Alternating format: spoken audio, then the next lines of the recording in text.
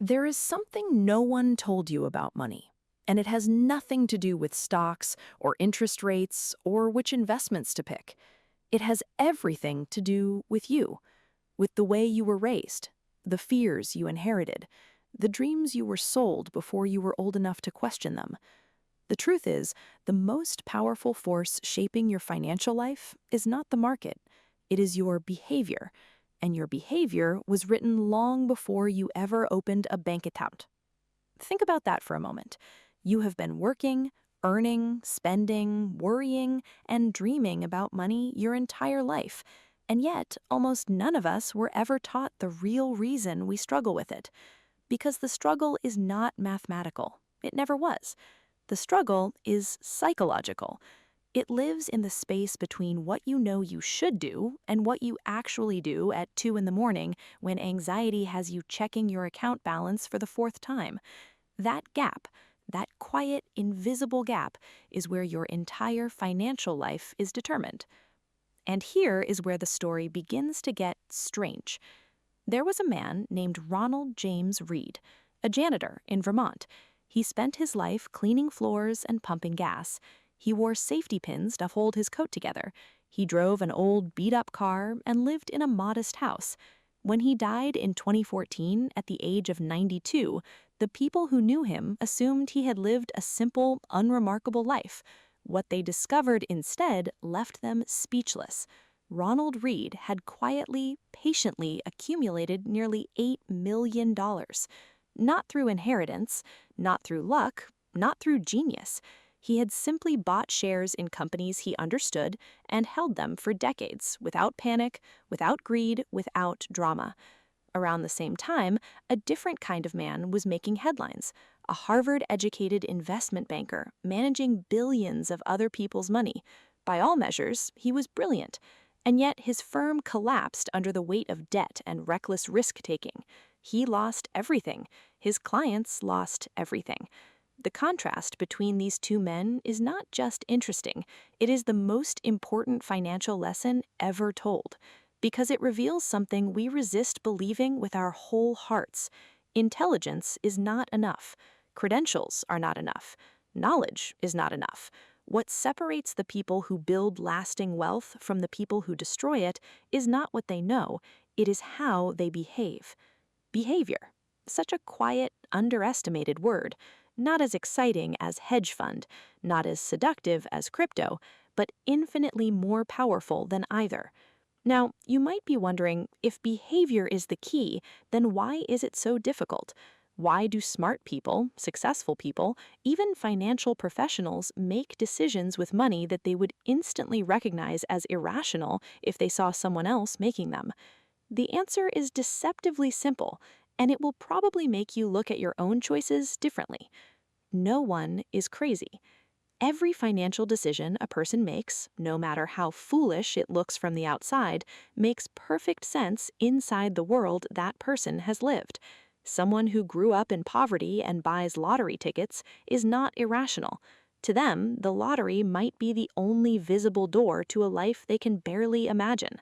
Someone who refuses to invest in the stock market because their parents watched everything disappear in a crash is not irrational. They have emotional scar tissue you cannot see. Someone who spends money they cannot afford on something beautiful or luxurious is not reckless. Sometimes buying something is the only way a person knows how to feel, even briefly, like they have won. We all have financial biases that were burned into us by the specific decade and specific circumstances we happened to grow up in. Someone who became an adult during a period of prosperity sees the world differently than someone who came of age during a depression. Neither of them is right, neither of them is wrong. They are simply shaped by different experiences, responding to a world that taught them different lessons. And yet, we all play the same financial game, as if we all started from the same place. This is the first thing that begins to shift when you look honestly at money. You stop judging other people's financial behavior, and more importantly, you stop judging your own. But here's where the paradox gets deeper, because even when we understand our biases, even when we can clearly see the patterns, we still make the same mistakes. Why? Because markets are not logical. They are not machines. They are millions of human beings, all operating from different timelines, different fears, different definitions of what enough means. When markets crash, it doesn't mean the world is ending. It means that people who needed money today were forced to sell to people who didn't. That's all. But inside that crash, something happens in the human brain that is almost impossible to override. Fear. Pure, primal, evolutionary fear. The same response that kept human beings alive when a predator appeared on the horizon. Sell, run, protect what you have. And this is where the truly painful irony lives. The instinct that kept human beings alive for hundreds of thousands of years is precisely the instinct that destroys wealth. Because the investor who panics and sells in a crash locks in their losses and misses the recovery. The investor who doesn't do anything, who sits with the fear and refuses to act on it, who remembers that volatility is not the same as losing, that person builds wealth over time. Not because they are smarter, because they are better at being uncomfortable. Pause here for a second and think about what that means for your own life. Think about the last time the market dipped and your stomach dropped with it. Think about the last time you made a financial decision not because you had thought it through clearly, but because the anxiety had become unbearable and you just needed to do something. That's not weakness, that's biology. But knowing it's biology is the first step to overcoming it. And now, here's something almost no one tells you about success and wealth. It involves a concept so uncomfortable that most successful people will never openly admit. Luck. Not skill, not vision, not just hard work. Luck. There is a man most people have heard of, one of the greatest investors who ever lived, extraordinarily disciplined, extraordinarily patient, extraordinarily intelligent. But here's the part of his story that rarely gets told in the highlight reels. He began investing seriously as a teenager in one of the most prosperous countries in the 20th century during a period of extraordinary economic expansion. He didn't just make good decisions, he made good decisions inside a world that was unusually kind to certain kinds of good decisions. Had he been born in a different country or a different decade, the same intelligence and the same discipline might have produced a very different outcome. This is not meant to diminish anyone's achievement. It is meant to reveal something crucial about risk. If luck plays a role in success, which the evidence suggests it does, then risk plays a role in failure. And this means that some people who failed didn't make bad decisions. They made reasonable decisions that happened to collide with bad outcomes. The person who started a business in 2007 and was destroyed by the 2008 financial collapse was not necessarily reckless. The person who bought a house in Florida before the housing crash was not necessarily foolish. They were reasonable people who encountered a world that was less predictable than anyone admitted. Acknowledging this doesn't make us victims, it makes us honest. And honesty about risk is the foundation of every genuinely wise financial decision. Because when you understand that bad things can happen to careful people, you start to do something that changes everything. You build margin. You leave room for error. You stop optimizing for the best possible outcome and start preparing for outcomes you never saw coming. And paradoxically, this is how you protect your best possible outcome. Now we arrive at something that lives at the very heart of our relationship with money, something that society rarely discusses, because discussing it honestly would threaten too many comfortable illusions. The word is enough. There is a story of two men at a party on an exclusive island.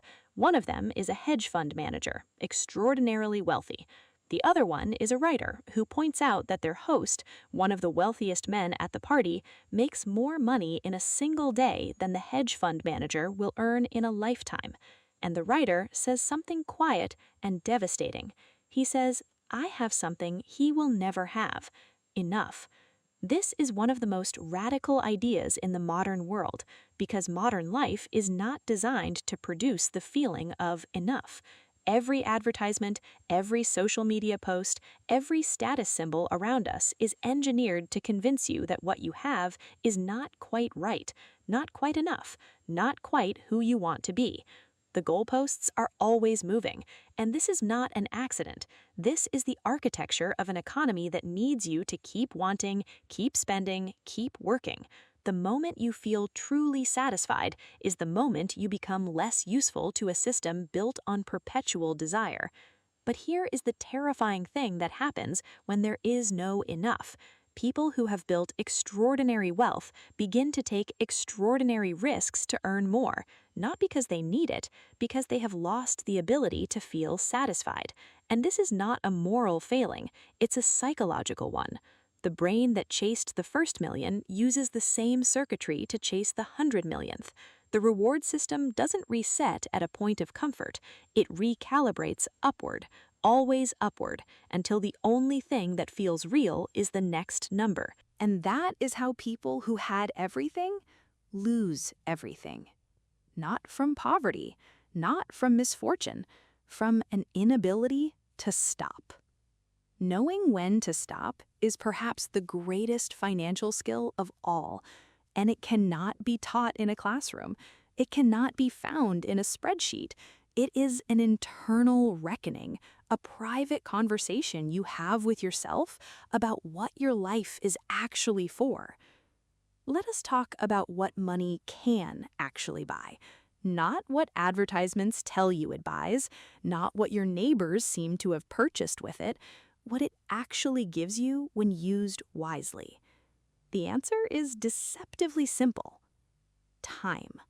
The highest form of wealth is not a bigger house. It is not a faster car. It is not a designer anything. The highest form of wealth is the ability to wake up every morning and decide how you will spend the next 24 hours. Not because your boss told you, not because debt is demanding payment, but because you have enough saved, enough margin, enough freedom to make that choice yourself. The ability to do what you want, when you want, with the people you want, for as long as you want. That is not a fantasy. That is what money, used with intention and patience, can actually purchase. And here's why this matters so deeply. Study after study has found that one of the most powerful predictors of human happiness is not income. It is not status. It is control. The feeling that your time belongs to you, that your days are shaped by your choices, that you are not simply a passenger in your own life. The irony is devastating. Most people spend decades sacrificing control over their time, chasing money they hope will eventually buy back that control. But the control was available all along. It was available at much lower income levels, with much less stuff, with much simpler lives. The path was hidden not by external forces, but by the story we were told about what success is supposed to look like. And speaking of looking, let us talk about wealth versus being wealthy, because they are not the same thing, not even close. The car you see someone driving, the watch on their wrist, the neighborhood they live in, these are visible signs of spending. They tell you what someone has chosen to consume. They tell you nothing, absolutely nothing, about how much wealth that person actually has. In fact, there's a counterintuitive truth that keeps revealing itself in study after study. The people who appear most wealthy are often the least wealthy, because wealth is not what you spend. Wealth is what you do not spend. Wealth is the money that has not yet been converted into things. It is invisible by definition. It sits quietly in accounts and assets, compounding over time, doing nothing flashy, saying nothing at all. And this is why we've been comparing ourselves to the wrong people our entire lives. The person you envy may be drowning in debt behind their perfect Instagram life. The person you have overlooked because they drive an old car may be quietly, effortlessly free. The appearance of wealth and actual wealth are not just different things. They are often in direct opposition. This brings us to something so profound and so overlooked that it might be the most important financial idea you encounter today. Saving money is not about sacrifice. It's about creating options. When you save, you are not depriving yourself. You are purchasing flexibility. You are buying the ability to leave a job that is destroying your health. You are buying the ability to weather a crisis without catastrophe. You are buying the right to take a risk on something you believe in because you have a cushion underneath you. You are buying time. You are buying patience. And patience, as anyone who has watched wealth compound over decades will tell you, is the closest thing to magic that finance has ever produced. A small amount of money saved consistently over a long period of time produces returns that seem mathematically impossible to people who have not watched it happen. Not because of high interest rates, not because of brilliant investments, because of time. Because of the quiet, relentless force of growth stacking on top of itself year after year, decade after decade. The person who starts saving modestly at 25 will almost always outperform the brilliant investor who starts at 45, not because they were smarter, because they gave time the space to work. And this is why financial wisdom is really not about finance at all. It's about patience, about humility, about resisting the magnetic pull of instant gratification in a world specifically designed to make waiting feel unbearable. We're approaching the final movement of this story, and it requires honesty about something uncomfortable. Most of us know what we should do with money. We have read the advice, we have heard the principles. Save more, spend less, invest early, avoid debt, don't panic in a downturn, don't let envy drive your decisions. These ideas are not complicated. A reasonably intelligent 12-year-old can understand them. And yet, the vast majority of people who know these things do not do them. Not because they lack knowledge, because they lack a relationship with themselves that is honest enough to override the emotional forces pulling them in every other direction. This is the final revelation, and it's the most human of them all. Managing money well is not a technical problem. It's a behavioral one. It's a psychological one. It requires you to understand your own history, your own fears, your own definitions of security and status and meaning. It requires you to sit with discomfort without immediately trying to spend your way out of it.